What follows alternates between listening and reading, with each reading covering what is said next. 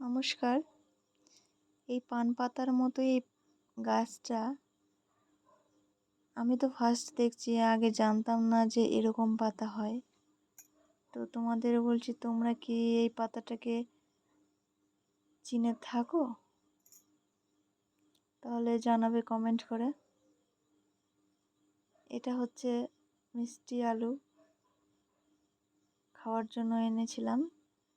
তো সেখান থেকে অঙ্কুর হয়েছে, তো অঙ্কুর দেখে সেটাকে মাটির মধ্যে রাখা হয়েছে। তারপর এরকম লতানো গাছ হয়েছে। তো এবার যে ফল হবে কোথায়, একজন দেখলো, দেখে বলছে যে এটা তো মিষ্টি আলুর গাছ। তো বললাম যে ফল তাহলে কোথায় হবে? লতানো গাছ, আমরা ভেবেছি যে নিশ্চয়ই তাহলে চাঙ্গি টাঙ্গি দিতে হবে হয়তো। কিন্তু সে বলল যে না, এটা এই শিকড় থেকেই ফলটা হয়।